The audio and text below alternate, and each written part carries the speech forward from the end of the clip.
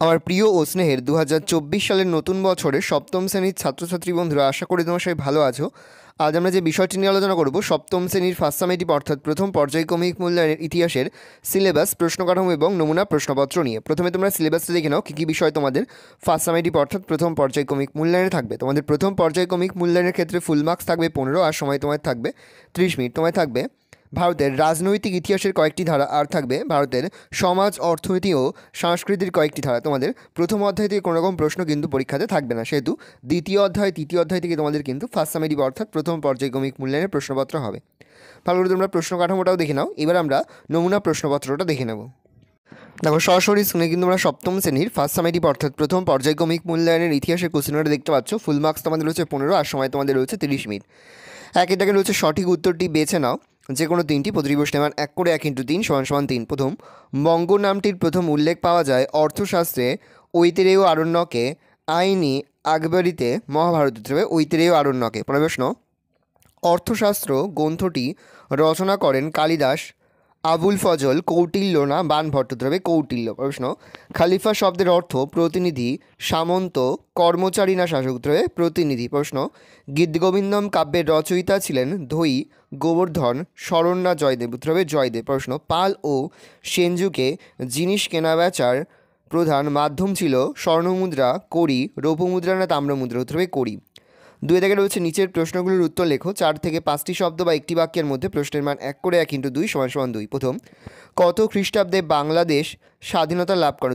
1971 খ্রিস্টাব্দে। প্রশ্ন, পাল বংশের প্রতিষ্ঠাতা কে ছিলেন? উত্তর লিখবে গোপাল। পরের প্রশ্ন, প্রথম খলিফার নাম কি? উত্তর লিখবে প্রথম খলিফার নাম আবু বক্কর। প্রশ্ন, পাল হাইপেন সেনযুগে বাংলার অর্থনীতির মূল ভিত্তি কী ছিল? লিখবে পাল হাইপেন সেনযুগে বাংলার অর্থনীতির মূল ভিত্তি ছিল কৃষি হাইপেন শিল্প এবং বাণিজ্য। প্রশ্ন, নালন্দা বৌদ্ধবিহারটি বর্তমান ভারতের কোন রাজ্যে অবস্থিত? লিখবে নালন্দা বৌদ্ধবিহারটি বর্তমান ভারতের বিহার রাজ্যে অবস্থিত। প্রশ্ন, বিক্রমশীল মহাবিহার কত বছর টিকেছিল? লিখবে 500 বছর।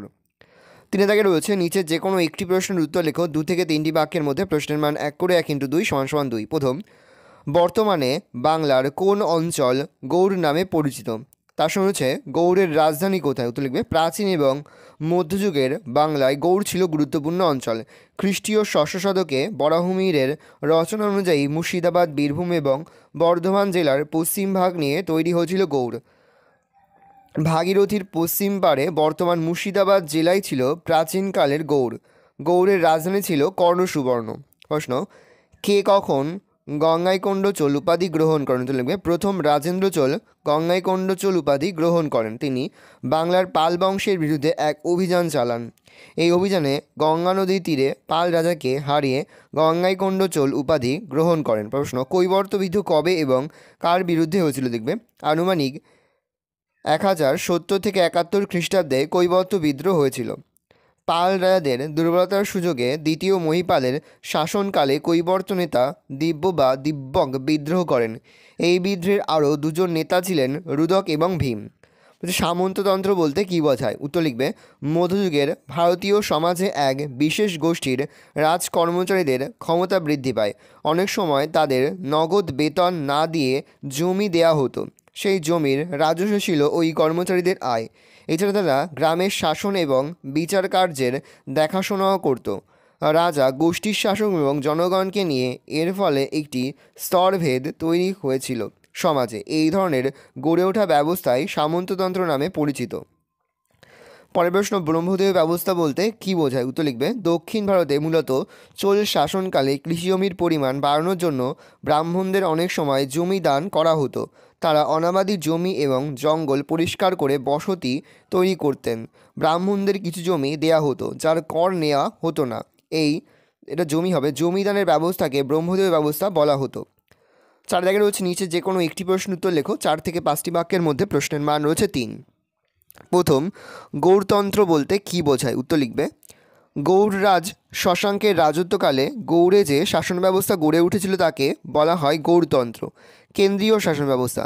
শশাঙ্কের শাসন ব্যবস্থায় রাজ্যে এক শ্রেণীর কর্মচারী বা আমলা শ্রেণী গঠন করা হয়, যারা গ্রামের স্থানীয় লোকেরা যেসব প্রশাসনিক কাজকর্ম করত সেই সব কাজের দায়িত্ব গ্রহণ করে।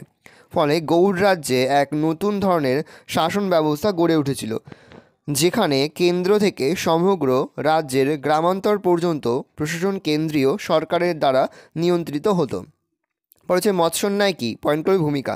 শশাঙ্কের মৃত্যুর পর খ্রিস্টীয় সপ্তম শতকের উত্তর মধ্যভাগ থেকে অষ্টম শতকের মধ্যভাগ পর্যন্ত প্রায় 100 বছর ধরে বাংলায় যে রাজনৈতিক বিশৃঙ্খলা ও সামাজিক অনাচার চলেছিল তাকে মৎস্যন্যায়ের যুগ বলা হয়। আক্ষরিক অর্থ: মৎস্যন্যায় শব্দটির আক্ষরিক অর্থ হলো মাছের মতো আচরণ। কৌটিল্যের অর্থশাস্ত্রে মৎস্যন্যায়ের উল্লেখ আছে। প্রকৃত অর্থ: পুকুরের বড় মাছ যেমন ছোট মাছকে খেয়ে ফেলে, শশাঙ্কের মৃত্যুর পর তেমনি শক্তিশালী লোক দুর্বল লোকেদের উপর অত্যাচার করে। এই অরাজক অবস্থায় মৎস্যন্যায় নামে পরিচিত। অবসান: শেষ পর্যন্ত বাংলার প্রভাবশালী লোকেরা মিলে খ্রিস্টীয় অষ্টম শতকের মধ্যভাগে গোপাল নামে একজন সামন্ত রাজাকে বাংলার রাজা নির্বাচন করে। এর ফলে মৎস্যন্যায় যুগের অবসান ঘটে এবং পাল বংশের রাজত্ব শুরু হয়। গোপাল ছিলেন পাল বংশের প্রতিষ্ঠাতা। পাল ও সেন যুগে কর ব্যবস্থা কেমন ছিল? ভূমিকা। পাল ও সেন যুগে রাজারা বিভিন্ন ধরনের কর সংগ্রহ করতেন। এক, কৃষিকর: রাজারা উৎপন্ন ফসলের 1/6 কৃষকদের কাছ থেকে কর নিতেন। তারা নিজেদের ভোগের জন্য ফুল, ফল, কাঠ ও প্রজাদের কাছ থেকে কর হিসাবে আদায় করতেন। 2, বাণিজ্য কর: বণিকরাদের ব্যবসা বাণিজ্য করার জন্য রাজাকে কর দিত। অন্যান্য কর: এছাড়াও প্রজারা নিজেদের নিরাপত্তা নিশ্চিত করার জন্য রাজাকে কর দিত। সমগ্র গ্রামের ওপরেও কর দিতে হতো গ্রামবাসীদের। হাট ও খেয়াঘাটের ওপরে কর চাপানো হতো। পরের প্রশ্ন: রাজা লক্ষণ সেনের রাজসভার সাহিত্যচর্চার পরিচয় দাও। ভূমিকা। বাংলার সেন বংশের রাজা লক্ষণ সেন ছিলেন সাহিত্যানুরাগী। অনেক কবি ও সাহিত্যিক রাজসভা অলঙ্কৃত করতেন। তাদের মধ্যে উল্লেখযোগ্য ছিলেন এক, কবি জয়দেব। লক্ষণ সেনের সভাকবি জয়দেব ছিলেন বিখ্যাত সাহিত্যিক। তার রচিত কাব্যের নাম গীতগোবিন্দম। এই কাব্যের বিষয় ছিল রাধাকৃষ্ণের প্রেমের কাহিনী। ধৈ: তার রাজসভায় আর এক কবি ধৈ লিখেছিলেন পবনদূত কাব্য। পঞ্চরত্ন: জয়দেব ও ধৈ সহ আরও 3 জন কবি গোবর্ধন, উমাপতিধর এবং স্বর্ণ লক্ষণ সেনের সভা অলঙ্কৃত করেছিলেন। এই 5 জন কবিকে একত্রে পঞ্চরত্ন বলা হয়। এছাড়াও লক্ষণ সেনের মন্ত্রী হলায়ুধ বৈদিক নিয়ম বিষয়ে ব্রাহ্মণ সর্বস্ব নামে একটি বই লিখেছেন। লক্ষণ সেন নিজেও পিতার অসমাপ্ত অদ্ভুত সাগর বইটি সমাপ্ত করেন। 5 দাগে রয়েছে নিচে যে কোনো একটি প্রশ্ন উত্তর লেখো। 8 থেকে 10টি বাক্যের মধ্যে প্রশ্নের মান রয়েছে 5। প্রথম, পাল ও সেন আমলে বাংলার সাধারণ মানুষের জীবনযাপনের ধরন কেমন ছিল বলে তোমার মনে হয়? ভূমিকা। পাল ও সেন আমলে বাংলার সাধারণ মানুষের জীবন ছিল সহজ ও সরল। জীবনযাপনের ধরন: 1, জীবিকা। পাল ও সেন যুগে সাধারণ মানুষের জীবন ছিল মোটামুটি সচ্ছল। বেশিরভাগ মানুষের জীবিকা ছিল কৃষি। এছাড়াও অনেক মানুষ শিল্প বাণিজ্যের কাজ করে তাদের জীবিকা চালাতো। সমাজ ব্যবস্থা: সমাজে ভূমিহীন ব্যক্তি ও শ্রমিকদের আর্থিক অবস্থা ভালো ছিল না। তাদের খুব কষ্টের মধ্যে দিয়ে জীবন কাটাতে হতো। তারা খুব বেশি সামাজিক সুযোগ সুবিধা পেত না। পাল আমলের তুলনায় সেন আমলে বর্ণ ব্যবস্থা কঠোর, অনমনীয় হয়ে পড়েছিল। খাদ্যাভ্যাস: পাল ও সেন যুগে বাঙালির প্রধান খাদ্য ছিল ভাত। গরম ভাতে গাওয়া ঘি, তার সঙ্গে মৌরলা মাছ, নালতে শাক, সরপড়া দুধ আর পাকা কলা ইত্যাদি থাকতো। গরিব লোকেদের খাদ্য তালিকায় থাকতো নানান ধরনের শাকসবজি যেমন বেগুন, লাউ, কুমড়ো, ঝিঙে, কাঁকরোল, ডুমুর, কচু ইত্যাদি। পোশাক পরিচ্ছদ: পাল হাইপেন সেন যুগে পুরুষেরা সাধারণত ধুতি ও নারীরা শাড়ি পরত। এছাড়া নারী ও পুরুষ উভয় বিভিন্ন ধরনের অলংকার ব্যবহার করত। ধর্ম: পাল যুগের মানুষেরা বৌদ্ধ ধর্মের অনুরাগী হলেও সেন যুগের মানুষেরা ব্রাহ্মণ্য ধর্মকেই প্রাধান্য দিতেন। উপসংহার: সমাজে বিত্তশালী ও ক্ষমতাশালী মানুষেরা সুখে স্বাচ্ছন্দ্যে থাকলেও সাধারণ মানুষের জীবনযাত্রা সুখকর ছিল না। অনেককেই চরম দারিদ্র্যের মধ্যে জীবন কাটাতে হতো। পরের প্রশ্ন তোমাদের রয়েছে নালন্দা বিশ্ববিদ্যালয় বা নালন্দা বৌদ্ধবিহার সম্পর্কে যা জানো লেখো। ভূমিকা। প্রাচীন ভারতে শিক্ষার প্রসারে যে বৌদ্ধবিহারটি উল্লেখযোগ্য ভূমিকা গ্রহণ করেছিল তা হলো নালন্দা মহাবিহার। 1 দিয়ে লিখবে প্রতিষ্ঠা। বর্তমান ভারতে বিহার রাজ্যে পাটনা জেলার অন্তর্গত রাজগিরির কাছে নালন্দা মহাবিহারের ধ্বংসাবশেষ আছে। সম্ভবত গুজরাট সম্রাটদের আমলে খ্রিস্টীয় 5ম শতকে এটি প্রতিষ্ঠিত হয়েছিল। 2, পৃষ্ঠপোষকতা: মহাবিহার হর্ষবর্ধন ও পাল রাজদের সাহায্য পেয়েছিল।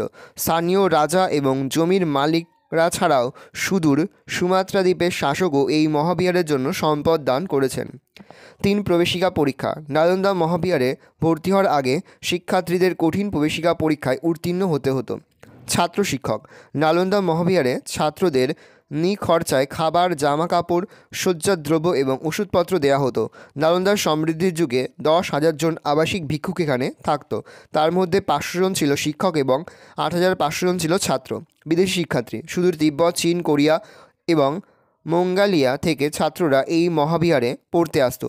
তার মধ্যে চীন দেশের ছাত্রদের শিক্ষাদানের জন্য বিশেষ তহবিলের বন্দোবস্ত ছিল। হিয়েনসাং এই বিহারে শিক্ষালাভ করেছিলেন। পাঠ্যসূচি। নালন্দা মহাবিহারের পাঠ্যসূচিতে ছিল বৌদ্ধশাস্ত্র, বেদ, নীতিশাস্ত্র, আয়ুর্বেদ শাস্ত্র, ব্যাকরণ, গণিত প্রভৃতি বিষয়। পতন: ত্রয়োদশ শতকে তুর্কি আক্রমণকারীরা বিহার অঞ্চল আক্রমণ করে এই মহাবিহারে ব্যাপক ক্ষতি করেছিল। উপসংহার: নালন্দা মহাবিহারের শিক্ষা দীক্ষার খ্যাতি একসময় সমগ্র এশিয়ায় ছড়িয়ে পড়েছিল। 2014 সালে বিহারের রাজগীরে ধ্বংসপ্রাপ্ত নালন্দার পাশে নতুন করে নালন্দা বিশ্ববিদ্যালয়ের যাত্রা শুরু হয়েছে। ভালো করে দেখে নাও, এই রয়েছে টোটাল তোমাদের ফার্স্ট সামেটিভ অর্থাৎ প্রথম পর্যায়ক্রমিক মূল্যায়নের সপ্তম শ্রেণীর ইতিহাসের কোশ্চেন পেপার। ভালো, তোমরা কোশ্চেন পেপারটা দেখে নাও। এই ধরনের কোশ্চেন প্যাটার্নেই কিন্তু প্রতিটি স্কুলে তোমাদের কিন্তু ফার্স্ট সামেটিভ অর্থাৎ প্রথম পর্যায়ক্রমিক মূল্যায়নের প্রশ্নপত্র হবে। সেহেতু ভালো করে তোমরা কোশ্চেন পেপারটা দেখে নাও। আশা করি ভিডিওটা ভালো লেগেছে। ভিডিওটা ভালো লাগলে ভিডিও লাইক করতে একদমই ভুলো না। আর আমার চ্যানেল নতুন হওয়া লাল কালার সাবস্ক্রাইব প্রেস করে পাশে বেল আইকনটা প্রেস করে যখন নতুন কোনো ভিডিও আপলোড করি সবার ফার্স্ট নোটিফিকেশন তোমরা পেয়ে যাও। আর এই ভিডিওটি তোমার বন্ধুবান্ধবী আত্মীয়স্বজন সবার মধ্যে কিন্তু অনেক শেয়ার করতে দাও যারা এবছর সপ্তম শ্রেণীতে পড়ছে। আমরা কিন্তু ইতিমধ্যেই সপ্তম শ্রেণীর প্রতিটি বিষয়ের সিলেবাস, প্রশ্ন কাঠামো এবং নমুনা প্রশ্নপত্র কিন্তু আপলোড করে দিই। তোমরা যদি এখনও পর্যন্ত সেই ভিডিওগুলো না দেখে থাকো, ভিডিওগুলো কিন্তু তাড়াতাড়ি দেখে নাও। একেবারে ভিডিও শেষে স্ক্রিনে তোমরা একটা প্লেলিস্ট দেখতে পারবে, তার উপরে ক্লিক করলেই সমস্ত ভিডিওগুলো কিন্তু তোমরা পর দেখে নিতে পারবে। ভালো করে দেখে নাও, এই রয়েছে টোটাল তোমাদের 15 মার্কের ফার্স্ট সামেটিভ অর্থাৎ প্রথম পর্যায়ক্রমিক মূল্যায়নের ইতিহাসের কোশ্চেন পেপার। ভালো করে তোমরা কোশ্চেন পেপারটা দেখে নাও।